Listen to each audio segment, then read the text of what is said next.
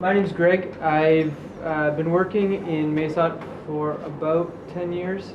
Met my wife there. We've got two kids. One was born here in Chiang Mai.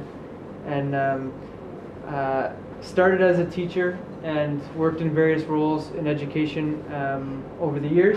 And now working with TeacherFOCUS, which myself and two colleagues started about 3 years ago. With the express purpose of trying to help teachers in parallel education systems achieve recognition from the government. So we work with migrant learning centers, teachers in the refugee camps, and teachers working with ethnic education groups. I think you might be familiar with the Karen Education Department, KED possibly. So they're providing Karen education for students within Karen state, but are advocating hard for the government to recognize them and their services as equals. Today I'm going to present kind of a part of a larger research project we did in 2019, which is called Bridges.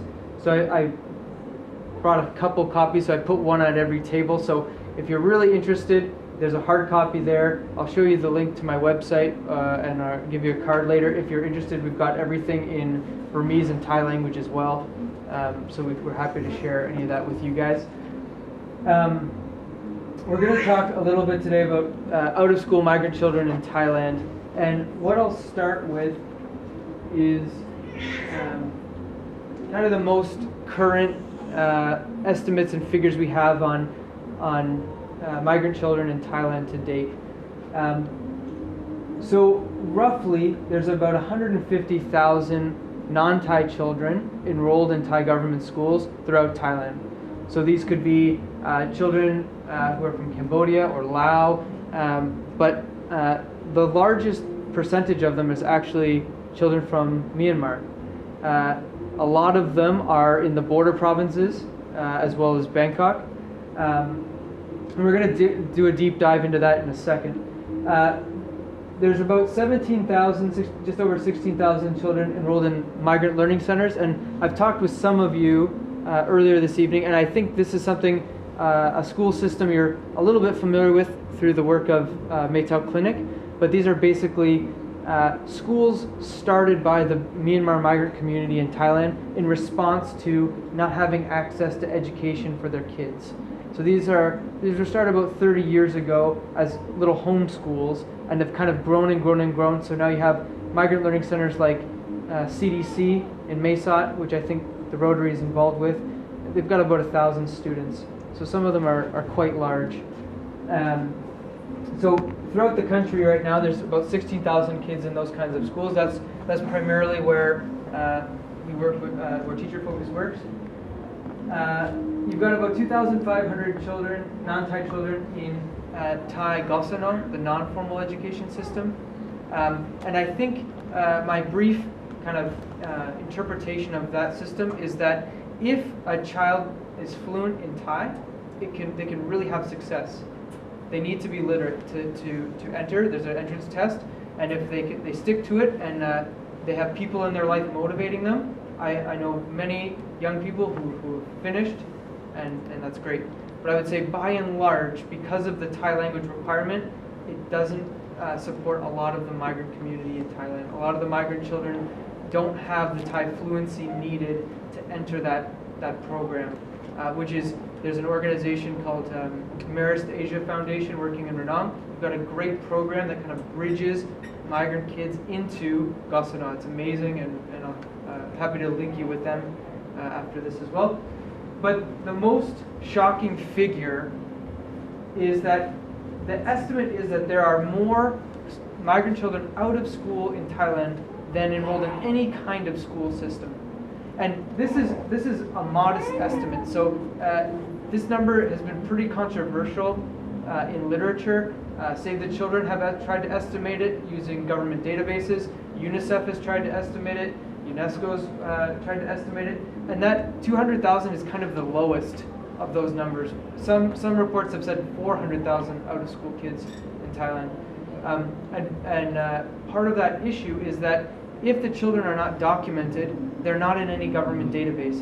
So tracking these kids, identifying these kids, and helping these kids is really, really hard.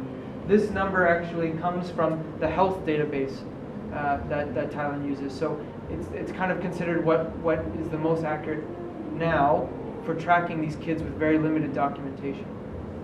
And it's this group we're going to kind of hone in on today, because I think this is the real educational crisis in the country right now. And I know the Rotary does a lot of work related to child protection and anti-trafficking. And I mean, these are your #1 cases in those. These are the most vulnerable kids in terms of not having the right documentation, not speaking all of the languages needed, having parents who are not home for large periods of the day and week because they're working.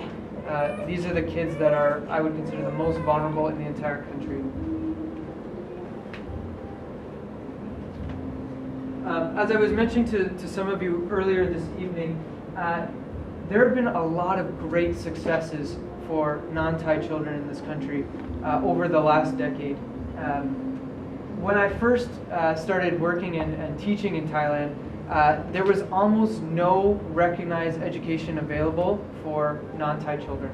So if a child came with their family from Laos or Cambodia to Thailand, and let's say they're 10 years old, which is quite common, the only option for them in terms of education was to enroll in nursery school in a Thai school. The Education for All policy is great. I applaud Thailand for the policy as it stands. But the challenge is, unless the kids enter the system young, they're almost 100% of them drop out, because a 12-year-old or 10-year-old boy or girl will be in a nursery or grade 1 class with 5 and 6-year-olds, and it just doesn't work out over time. They're already marginalized, and they're already picked on. But when you're a foot taller than the other kids in the class, it is quite challenging. But what's great is there are a lot of great options, and actually the Rotary, by supporting Beam Foundation, is one of them, the Education Quality Assurance Board. So this is a testing system designed to help migrant kids equate to the tests available in Myanmar, which is great. One of the thing that I consider the greatest success of the migrant learning centers and the community is the grade 4, 8, and 10 matriculation exams. So if you're familiar with the Myanmar education system, you know that it's a 3-test system. Children complete their education literally only taking 3 official tests. And those tests mean everything. They get a certificate when they pass, and that's kind of the benchmarks for education in Myanmar, which right now finishes at grade 10. The migrant schools, 96% of them use these tests. So there have been bilateral agreements between NGOs in Thailand and the Myanmar Ministry of Education that the kids actually take these tests, and vigilators come from Myanmar to the migrant schools and proctor the tests. And this is great. This is huge, because it means these kids have a future. Because before this, the kids would get a beautiful certificate, which would really not enable them to continue their education or work, because outside of the small migrant community, those certificates meant nothing, where this actually gives them a chance. We know, I've talked about the Education for All policy, and so going to a Thai school is a real viable choice. It's great, but like I said, I haven't seen a lot of success unless the kids enter quite young. If they start in the system and they learn Thai in the system, they're at the same age as their peers, they're far likelier to complete compared to if they try and enter when they're a little bit older.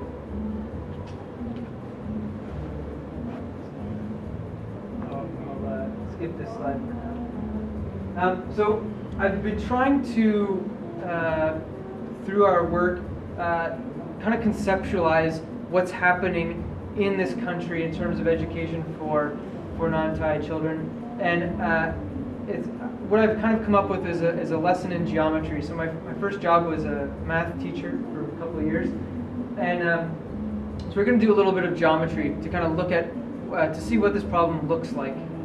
So I'm from Ontario in Canada, and this is our 2017-2018 enrollment, grade by grade. How many kids are in each grade, starting from junior kindergarten, going all the way up to grade 12.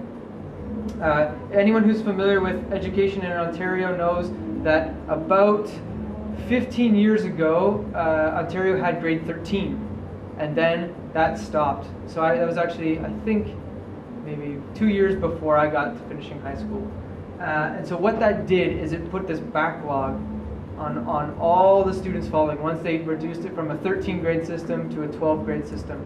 So now it's a 12 grade system, but you can choose to stay on longer. You can choose to stay at high school another year to complete extra courses. So what you see when you map it all out is it's fairly evenly distributed year to year to year to year, with Ontario having this kind of slightly larger grade 12 year because some students stay back another year, right? If you were to map the difference between each grade level compared to the relative birth rates of those students, it's almost completely equal. And I have done that in another, we won't go into all the data, but if you want it, I can share it. So this difference, the grade to grade difference, is almost exactly the birth rate, which means that almost no students are dropping out.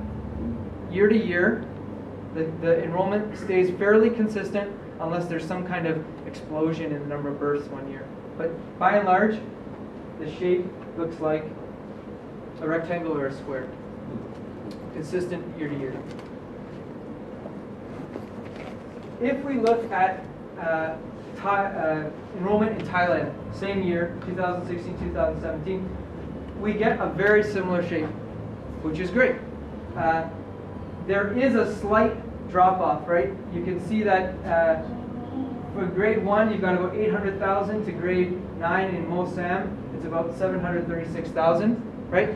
There is a slight tapering, which means some students are dropping out of Thai government schools. And we'll talk in a minute about who those students might be. But by and large, when you map it out, you get fairly similar shape, a square or a rectangle, consistent year to year. Here is the migrant children enrolled in Thai schools. It's very hard to find this data. This was done in, this is data from 2013, done by World Education and Save the Children. And you can see that in kindergarten, you have about 19,000 students. Elementary, which is defined here as grade 1 to 6, you have 43,000 students. So if you just think about that, in kindergarten, right, which is 1 or 2 years at the most, depending on how they define it, you have the same number of students spread over 6 years, right? So the enrollment is just driving right down. In lower secondary, across all of Thailand, you have only about 2,000 migrant children enrolled. And when you get to upper secondary, they found 82 children enrolled. So imagine the class of 2000, this is 2013, so maybe the class of 2019 should have about 19,000 students in that graduating class, but instead has 82. So if we were to map that on the Thai graph, it would look something like this, right? We'd get a triangle. So we have a lot enrolled young, but very, very, very few make it to the end of school. So let's jump over the border. This is the same year. This is Myanmar. So you can already see what's happening, right? And this is at the national level in government schools. In grade 1, you have an enrollment of almost 1.3 million children. By the time you get to grade 10, that number is 716,000, right? Almost half. The other part, which is quite fascinating and depressing, is that, like I mentioned, at the end of grade 10, you have the matriculation exam. This is a national level exam. You need to pass this exam to go to university in Myanmar. I could say a lot about the test, but it is a test that is very nepotistic. If you map where in the country, where are the kids that are passing that test, it's mostly in big cities, and it's mostly affluent to help them pass this test. So in 2016, 2017, you had 716,000 people, students, take that test, and only 242,000 passed. So for the last decade, the pass rate of that exam has been about 30 to 35% per year. right? What I found frustrating is people have been saying like, oh, the pass rate is great this year. It's 35%. Like it's increasing, but we have to step back and look at the big picture. So you can see we get the triangle, but I looked back through census data, and I found that if we take the class of 2017, and I went back in time, how many were enrolled in grade 1, right? That number was 1,240,000, right? So that means of a class that started at 1.2 million, only 242,000 graduated. So the education completion rate in Myanmar is about 19%. Only 1 in 5 kids in Burma finish high school, right? So we have the triangle, right? We have a lot of kids enrolled young, and then dropping out and dropping out and dropping out until so few remain. Here is the enrollment of migrant learning centers this year. So we work very closely with the Migrant Educational Coordination Center. This is an organization that works based in the PESIO office in Mesot. So it's like a para-government organization. They coordinate a lot of activities. They do all the data collection for migrant learning centers.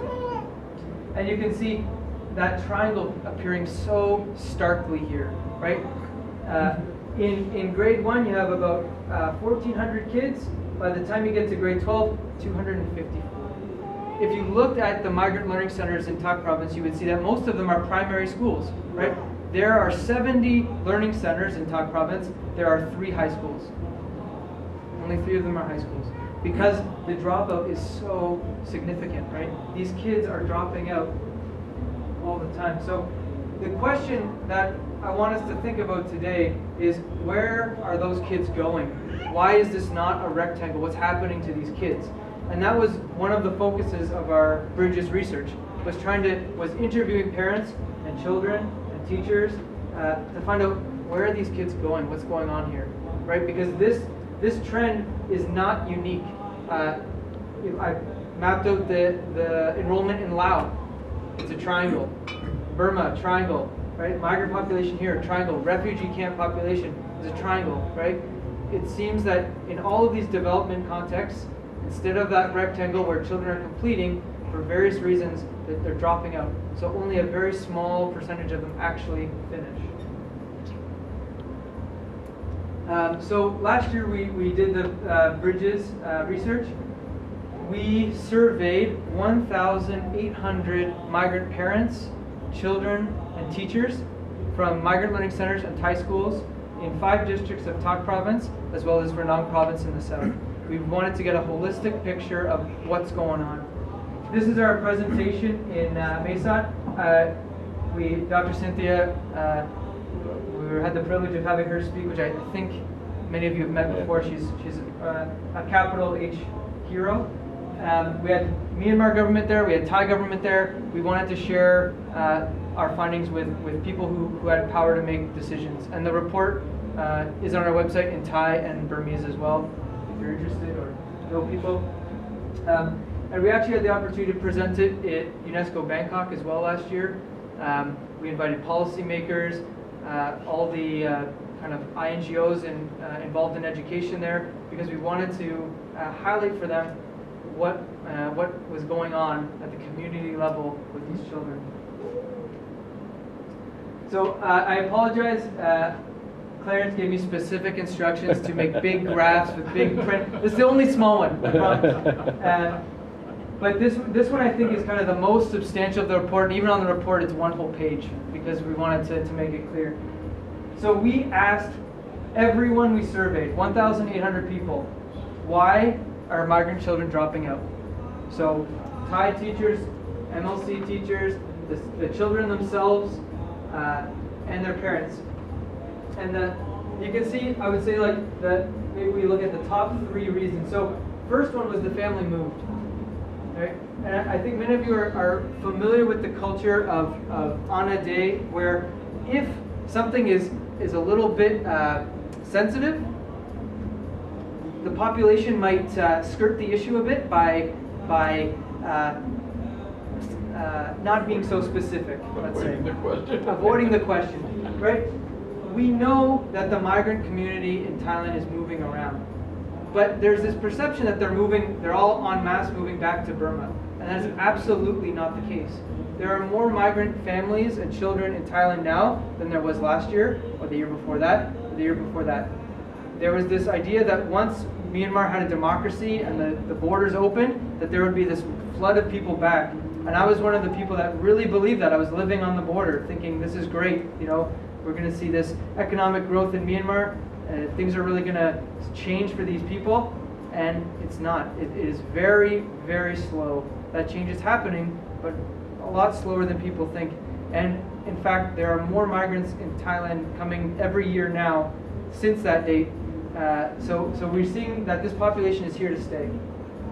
So when they're actually moving. We asked, why moving where? Moving how? What are they doing? They're moving from community to community based on their work. So any family working in agriculture, they're moving around, right? From different harvests, different fields. The work available on the border is, I would say, I'm optimistic. I think there is more legal documentation being provided. There's the situation's improving, but still, the migrant workers, by and large, are forced to move around based on what jobs are available and what opportunities they have. So a lot of the kids are dropping out, not because they're leaving the country, but because they're dropping out of one school and then not re-enrolling in another school. Their parents just say, okay, now stay at home, or just watch your brothers and sisters, or in many cases, work, right? So the second most frequent response was that the kids were working or taking care of family members. Third was lack of parent support to stay in school, right? If any of you have traveled in Burma by land, you'll see it's children paving the roads there. They're stone by stone making the new roads and pouring the tar on with what looks like a metal watering can, right? Their kids can get jobs. There are employers who will gladly hire kids, and so a lot of the parents make that choice, right? Rather than spending money to keep their kids in school, they pull them out so they can work.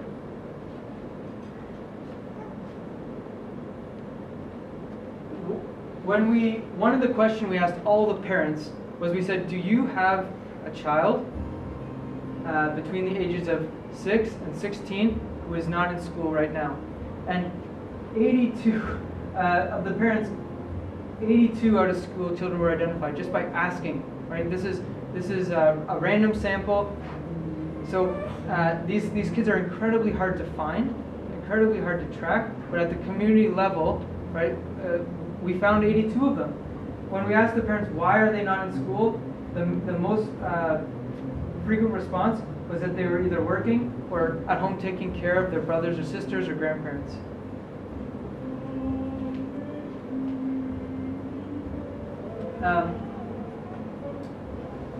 The EFA policy in Thailand is, as I mentioned, I applaud it. It is very inclusive. But if you, as a migrant parent, cannot speak Thai, it is very difficult to enroll your children. So we asked parents who had kids in Thai school, did you have any help to enroll your kids? Did you need help to enroll them? 62% of the parents said yes. They had someone help enroll their kids. And in the report you can see a graph. We asked who are these people, right? In the best cases, their landlord or their employer helped them enroll their kids, which is awesome. But in many cases, it's a neighbor or it's someone from an organization supporting the enrollment because they can't do it themselves. They don't know the policy, documents aren't available in Burmese, so they needed someone to help them. So that's something we really took from the report, is that if we want to help families enroll their out-of-school kids into schools, they need help to do it. They need a liaison who can speak both languages, who can help get those kids in school.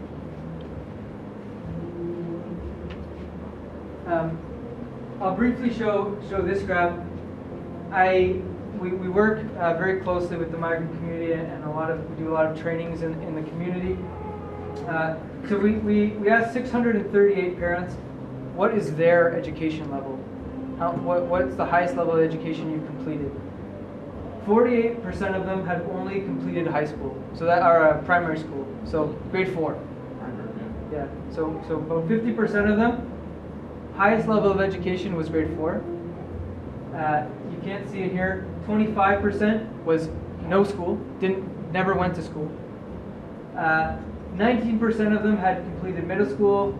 1% got to university. 1% did a post-10 program similar to BEAM, and 5% finished high school past matriculation. All right, so if we want migrant families to enroll their children into school, they need to believe that that school is actually going to do something for their kids, right? When we look at the education level of the migrant parents, right, by and large, these people, the education system of Myanmar has failed them, right? They're part of that triangle. They didn't finish, right? They don't have diverse, employable skills to get a high technical job, right? So they've left their home country, come to a foreign country to do jobs that the people in this country don't really want to do, right? The education system's failed them. So part of what we need to do if we want to get these kids in school is help the parents understand and show them that education can lead their kids somewhere, because it didn't lead them anywhere. Well, it led them here to do 3D kind of work. So what we did in response to this research is we started what's called the Out-of-School Children Enrollment Task Force. So this is a collaboration between 5 organizations, all of which were involved in the Bridges research.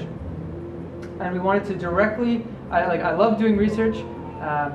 I think there's a lot that we need to understand, but the whole point of research is action, is to do something better, is to make something, make a change. And so that's what this represents.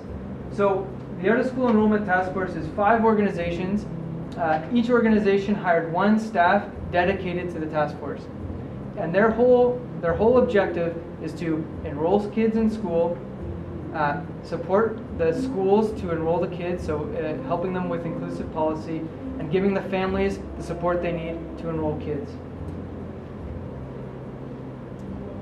So if we look at some of the challenges that we know the migrant community faces enrolling in school, we know Thai language is a huge challenge. So our team is multilingual. They speak Burmese, Thai, and many of them speak English and another ethnic language, so that they can help the families enroll their kids, explain the policy. Our team goes to the communities and works with individual families. We've also translated all of the forms needed to enroll the kids into Burmese, so that the parents can understand what they're filling out. Our team makes contracts with the families. So if they have a child who's not in school, we don't give direct money to the family. We say, what do you need to enroll your kid in school? Do they need the school fee covered? Do they need transportation to the school? Do they need uniforms provided? Most say all of the above. So we buy the uniforms and provide them directly to the family. We make contracts with bus drivers to bring the kids to school every day, and we bring the family to the school and pay the enrollment. So we're not handing out money. We're providing only what's needed for the kids to enroll in school. So far, we've enrolled 16 kids, which is huge considering we started in January, and it's 1 family at a time, so it's slow going, but it's great. We're starting a community roadshow. It starts tomorrow, actually. We made a video interviewing a migrant mother who enrolled 2 kids into Thai school, and it's a very honest video about what is working and what's not working, and why she made that decision. And it's in Burmese, but we're going to work on getting English subtitles, and I'll make sure you guys see that. And a big part of it is helping the families obtain documentation. So like I mentioned, the EFA policy is that any child, regardless of documentation or nationality, is allowed to enroll in Thai school. But when we actually go to the Thai schools, we face a lot of barriers. A lot of the directors, they know the policy, but they'll still say, oh, you might need this, you might need that. And we've literally done taking a family to one school with a set of documents saying, can we enroll here? And they say, no, these aren't the right documents. So we say, okay, we just go to another school, and they say yes. Same documents, same government, same system. So far, I mean, it's slow going, but we're seeing real results. 16 kids who this year would have been working are going to be in school. And I know we're not supposed to solicit, but just to put a number in your head, it's about 5,000 baht per year per child. So about $150 US gets an out-of-school kid into school, which is great. So I want to thank you for letting me come and speak. I'm happy to talk about our research. I'll just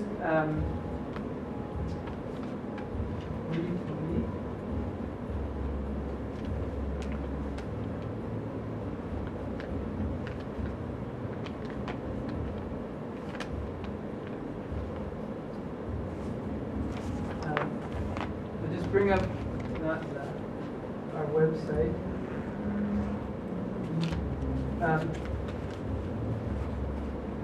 I know some of you are working with and supporting the migrant community here. So our main project is training teachers and working with schools directly with the migrant learning centers. So if you check out our website, we are trying to celebrate the good things that are going on in the migrant learning centers. So what we've done is we've made best practice videos of the teachers, English and Burmese. Just, what we found is even the most enthusiastic teachers are only going to watch a 3-minute video.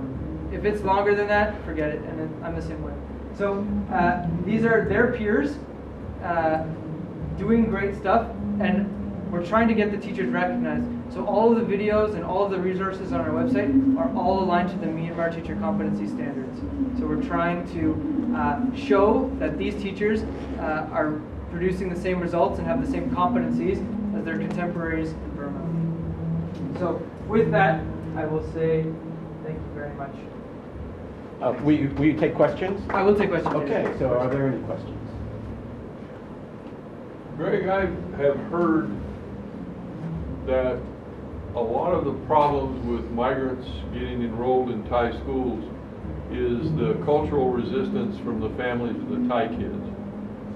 Have you experienced that? I mean, it's a very real thing. So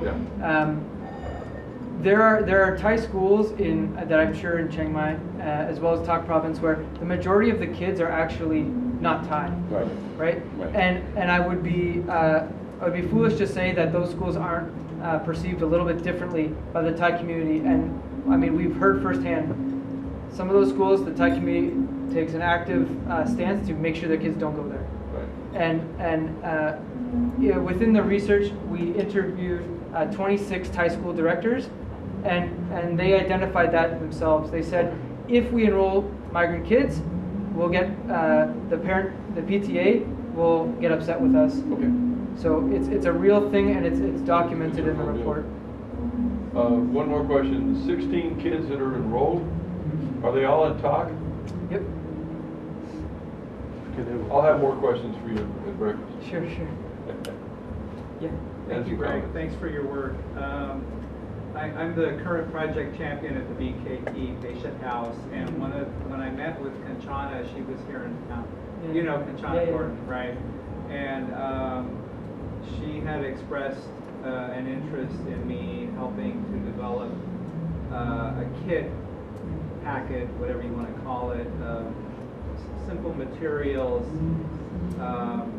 that would enable the child to have some educational benefit, that would provide some educational benefit, but not knowing their background.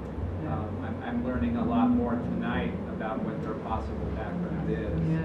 And just my experience at the house, yes, I'm finding the parents, their educational background is very, very limited. Sure. What would you recommend as far as materials that I can purchase here in Thailand? I've gotten, basic workbooks, and I've actually returned to the house and seen some of the younger kids using them. Yeah. I don't think anybody said, quick, people from CMIRC are coming, look busy. No, I think they're actually, interested. Yeah. And, these are things that they're teaching free writing skills, but they're all in Thai. And because you're saying Thai language skills important, I think, Yeah. I'll share, I had it in the presentation.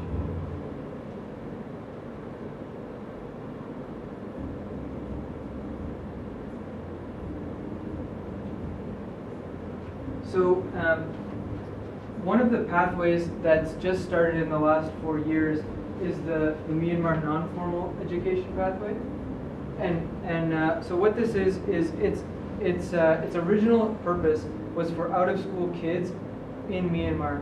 So it's a government initiative, and basically they have non-formal primary and non-formal middle school education, and if they can basically, if they do it for 1 year, they'll get credit for 2.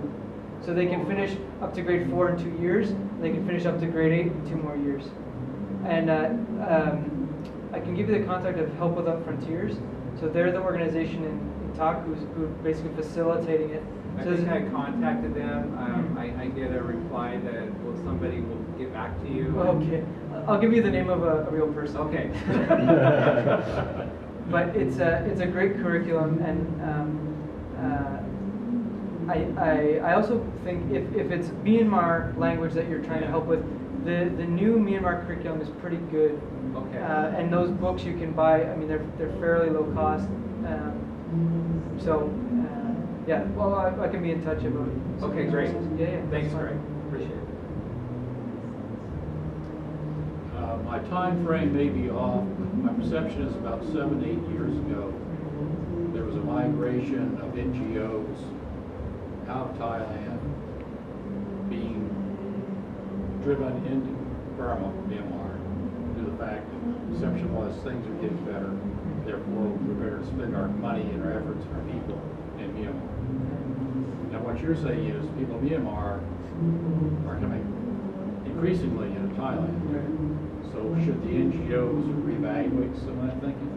I pray that they do that, but it's not the case.